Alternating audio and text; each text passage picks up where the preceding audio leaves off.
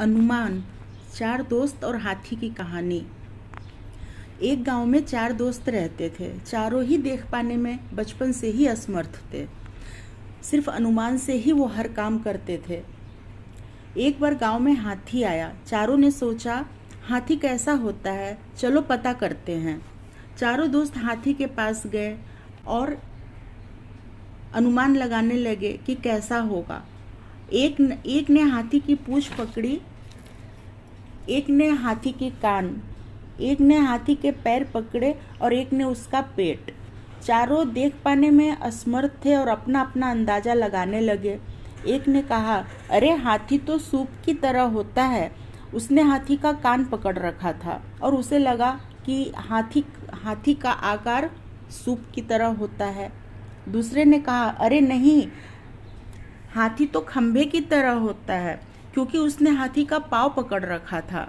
एक ने कहा, अरे तुम लोगों को समझ में नहीं आता, हाथी रस्सी की तरह होता है, क्योंकि उसने हाथी की पूंछ पकड़ रखी थी। इस पर चौथे ने कहा, तुम सब गलत हो, हाथी दीवार की तरह होता है, क्योंकि उसने हाथी का पेट पकड़ा हुआ था और उसे लगा कि हाथी दीवार की तरह होता है।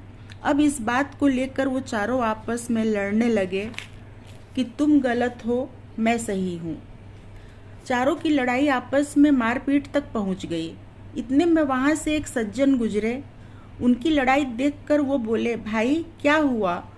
उन लोगों ने कहा कि ये हाथी ऐसा है वैसा है।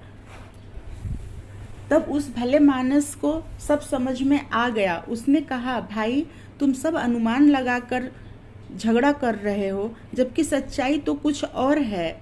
हाथी असल में ऐसा दिखता है।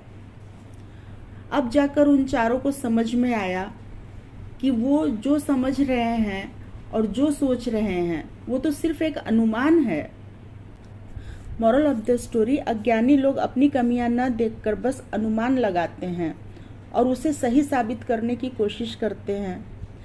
कभी किसी की कही सुनी बात पर भरोसा नहीं करना चाहिए जब तक कि उसके बारे में खुद जानकारी ना हो। Thank you for watching my video.